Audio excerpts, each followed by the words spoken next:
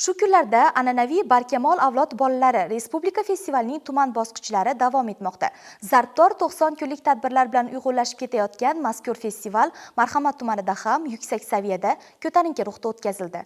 Hozir shu haqda 500 nafardan ko'proq o'quvchi yoshlarni qamrab olgan festivalda har bir yo'nalishdagi ishtirokchilar ota-onalari, ustozlari yonida o'z bilim salohiyatlarini namoyish qildilar. Madaniyat va san'at yo'nalishidagi o'quvchilar o'zlari chizgan betakror rasmlari yoki milliy liboslari bilan, texnika, konstruktorlik va modellashtirish yo'nalishi faollari kattalarni hayratda qo'ygan ixtirolari bilan, hunarmandchilik va qo'l mehnati yo'nalishi o'quvchilari ko'zlarni qamashtirgan munchoqli bezaklari bilan, oliy ta'lim yo'nalishi o'quvchilari esa mental arifmetika, xorijiy tillarni qanchalik o'rganganlarni ko'rsata oldilar.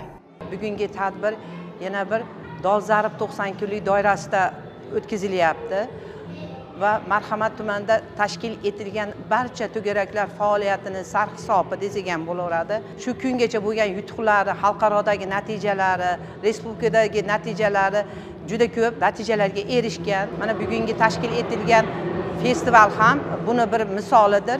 Mana hozir ko'rib turibmizki, hamma yoshlar bo'sh vaqtlarda tumanda tashkil etilgan to'garaklarga jalb qilinganini guvohi bo'lib turibmiz. Bugungi kunda Marhamat tumanidagi maktablarning eng iqtidorli, izlanuvchan o'quvchilariga ilm va hunar o'rgatayotgan maskanda 600 dan ortiq yoshlar 30 ga yaqin ustozlar ko'magida o'z yo'nalishlarida katta marralar, muvaffaqiyatlarga erishmoqdalar. Ulardan birini suhbatga tortdik. Men Barkamol avlod bolalar maktabi bichish-tikish to'garagi a'zosi bo'laman. Tikish bichishdan tashqari yana shunday sumkalarni to'qish va shunday ko'rgazmali buyumlarni ham yasash bilan shug'ullanamiz. Poliz ekinlari, ya'ni piyoz, qovoq, yana boshqa narsalar tasvirlangan.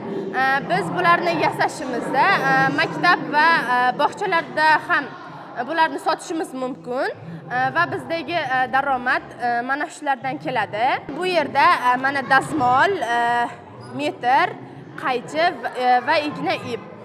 Ya'ni bundan maqsad nima? Bulardan maqsad mana bu yerda ko'ylak. Demak, mana shulardan biz ko'ylak yasashimiz mumkin, ya'ni tikishimiz mumkin degan ma'noda bular yasalgan. Ya'ni maqsadimiz nima? Asosan odamlarni xursand qilish.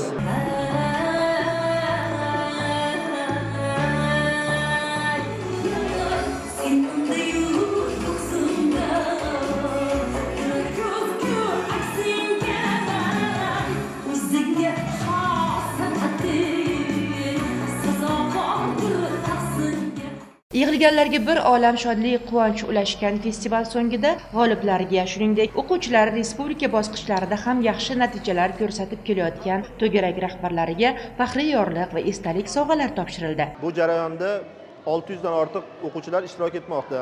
Marhamat tuman Barkamol avlod bolalar maktabida 606 nafar o'quvchi tahsil olmoqda.